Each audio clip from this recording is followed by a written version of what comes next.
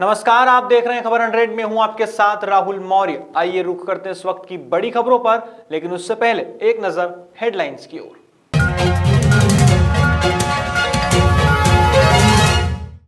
किसान आंदोलन के बीच प्रधानमंत्री मोदी से मिले हरियाणा के उप मुख्यमंत्री दुष्यंत चौटाला। मुरैना में जहरीली शराब से मरने वालों की संख्या 20 हुई, सीएम शिवराज ने बुलाई बैठक।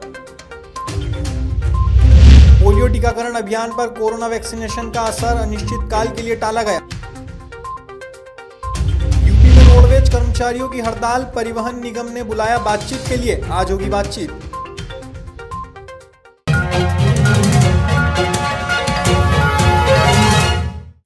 मंगलवार को ठंडी हवाओं के बीच गोरखपुर के चंपा देवी पार्क में 2 दिवसीय गोरखपुर महोत्सव का आगाज हुआ।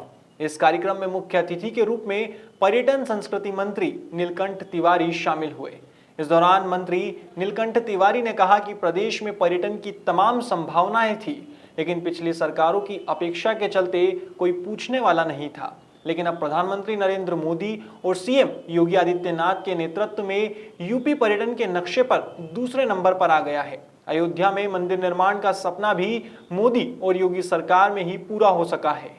वहीं प्रयागराज में कुंभ मेले की चर्चा करते हुए पर्यटन मंत्री ने कहा कि कुंभ को अंतर्राष्ट्रीय रूप से देखकर देश की संस्कृति विरासत को दुनिया भर में पहुंचाया है। बुधवार को गृह मंत्री नरोत्तम मिश्रा ने मीडिया से बात करते हुए मुरैना की घटना को बहुत ही दुखद घटना बताया है। उन्होंने बताया कि आबकारी अधिकारी, थाना प्रभारी व अनेकों लोगों पर कार्यवाही की गई है। वहीं राहुल गांधी के ट्वीट को लेकर कहा कि इटली में बैठकर किया उनका ट्वीट मैंने पढ़ा है। दरअसल वे किसी संवैधानिक पद पर नहीं है, लेकिन उनके पक्ष में जब भी फैसला नहीं आता है तो वह न्यायपालिका पर भी अप्रत्यक्ष रूप से उंगली उठाते हैं। इस दौरान उन्होंने कांग्रेस नेता दिग्विजय सिंह पर भी निशाना साधा। आइए आपको सुनाते हैं उन्होंने क्या कहा। मैंने देखा दिग्विजय सिंह जी का वो रीट्वीट है कि ट्वीट है। उनको मैं बताऊं, वंश बहुत ज्ञानी है वो, मैं क्या बताऊंगा। वंश होता है कि नेहरू जी हटेंगे तो इंदिरा जी आएंगी, वो अध्यक्ष पद से हटे तो ये अध्यक्ष बन जाएंगे। इंदिरा जी माननीय हटेंगी अध्यक्ष पद से तो राजीव जी अध्यक्ष बन जाएंगे। राजीव जी माननीय हटेंगे तो फिर माननीय सोनिया जी अध्यक्ष बन जाएंगी। सोनिया जी माननीय हटेंगी तो राहुल अध्यक्ष बन जाएंगे, और राहुल माननीय हटेंगे तो फिर सोनिया जी अध्यक्ष बन जाएंगी।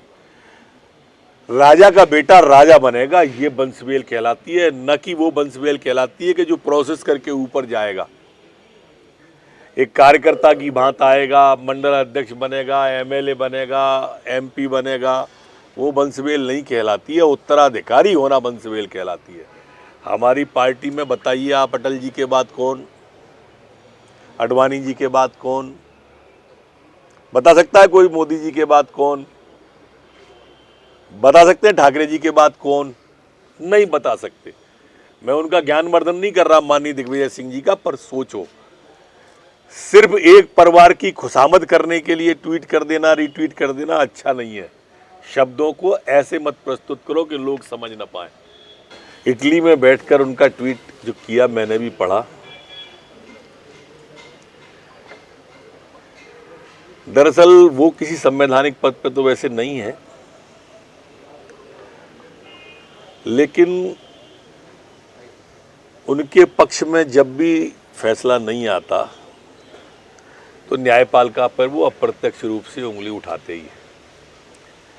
जब उनके पक्ष में जनादेश नहीं आता तो ईवीएम पे उंगली वो अप्रत्यक्ष रूप से उठाते ही है। सेना अगर पाकिस्तान में घुस जाए तो वो सेना पे उंगली उठाते ही है। जब वैक्सीन पे उंगली उठा दी कोरोना की पे, तो और क्या उम्मीद कर सकते हैं अपन उनसे। हम लोग, कोई भी सरकार हो, चाहे मध्य प्रदेश की हो, दिल्ली की हो, संविधान की शपथ लेते हैं, हम सुप्रीम कोर्ट के आदेश का पालन करेंगे। लेकिन जो बात मैं पहले से कह रहा हूं कि ये बलवा कराना चाहते हैं, ये चाहते हैं अराजकता की स्थिति का निर्माण हो, जो टुकड़े टुकड़े गैंग है, वह इसमें से रास्ता नहीं निकलने दे रही। स्वामी विवेकानंद की जयंती के मौके पर कुशीनगर जिले में कई कार्यक्रम हुए। इसी कड़ी में सपा सुप्रीमो अखिलेश यादव के निर्देश पर तमकुही राज के पूर्व विधायक नंदकिशोर मिश्र ने तरिया लच्छीराम में स्वामी विवेकानंद जन्मोत्सव और समाजवादी घेरा कार्यक्रम का आयोजन किया। बता दें, इस दिन को राष्ट्रीय युवा संकल्प दिवस के रूप में मनाया गया, जिसमें स्वामी विवेकानंद की बातों और उनके पदचिन्हों पर चलने का संकल्प लिया गया। इस कार्यक्रम के दौरान क्षेत्रीय जनप्रतिनिधि और आम जनता मौजूद रही। इंदौर की राजेंद्र नगर पुलिस ने 2 होटल्स में दबिश देकर सेक्स रैकेट का पर्दाफाश किया है। इस मामले में 12 लोगों की गिरफ्तारी की गई है। पुलिस को पूछताछ में पता चला कि सेक्स रैकेट चलाने वाले 2 सरगना अपने गिरोह की लड़कियों की शादी भी करवाते थे और उसके बदले दूल्हे पक्ष से मोटी रकम वसूलकर लड़की को वापस बुलवा लेते थे। अब इस मामले में एडिशनल एसपी प्रशांत चौबे ने बताया कि 2 होटल्स में सेक्स रैकेट की खबर पुलिस को मिली थी, जिसके बाद पुलिस ने दबिश देकर दोनों होटल्स में मैनेजर सहित 12 लोगों को अपनी गिरफ्त में लिया है। ये कल थाना राजेंद्र नगर की पुलिस ने कार्रवाई मुख्य सूचना में करी थी, जिसमें 2 होटल्स हैं, एक पर्ल है, एक देवश्री करके 2 नाम आए इसमें।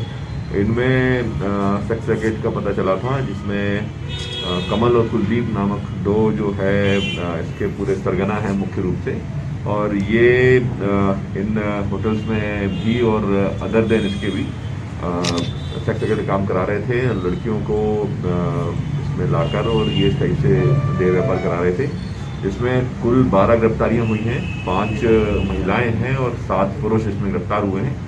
और आज इनकी गिरफ्तारी करके पीटा एक्ट में और अन्य धाराओं को गिरफ्तार में लगाकर इनको 4 लोगों का आज पीआर पुलिस के द्वारा लिया गया है। इसमें एक अन्य महत्वपूर्ण जानकारी ये पता चली है कि ये लोग, इनके जो मोबाइल फोन्स और अन्य जो जानकारी पुलिस ने इसमें इन्वेस्टिगेट किया तो पता चला पूछताछ पर कि इनके द्वारा कुछ लड़कियों की शादी भी कराई जाती है, और जहाँ गांव कस्बों में जहाँ पर शादी के लिए लड़कियां नहीं मिलती हैं, वहाँ 1.5 लाख रुपए लेके ये लड़कियां अवेलेबल कराते हैं और उनकी शादी करा देते हैं। कई बार शादियां कंटिन्यू कर जाती हैं और कई बार उसमें कटिंग बोलते हैं ये लोग, तो उस लड़की को वापस भगा लाते हैं। तो इसमें अभी कुछ एक तो चंदननगर थाने का ही 363 इसमें ट्रेस हुआ है, जिसमें नाबालिग बच्ची को इन लोगों के द्वारा शादी कर दी गई थी, जो कि एक अपराध पंजीबद्ध है। उसमें भी इसमें दस्तावेजी भी की जा रही है, खिलाफ कार्रवाई भी की जा रही है। इसके अलावा अन्य कुछ 10-12 लड़कियों के नाम पते इसमें पता चले हैं, जिनमें पुलिस गोपनीय तरीके से पता कर रही है और उनके स्टेटस जान रही है, और एवं उसके बाद हम लोग उनके स्टेटमेंट लेके उनकी बिलिंग और उनकी स्थिति जानेंगे, क्या वो चाह रहे हैं, उसके हिसाब से उसमें कार्रवाई की जाएगी। फिलहाल खबरों में इतना ही। देश और दुनिया की तमाम खबरों के लिए देखते रहिए खबर 100, जनता की बुलंद आवाज।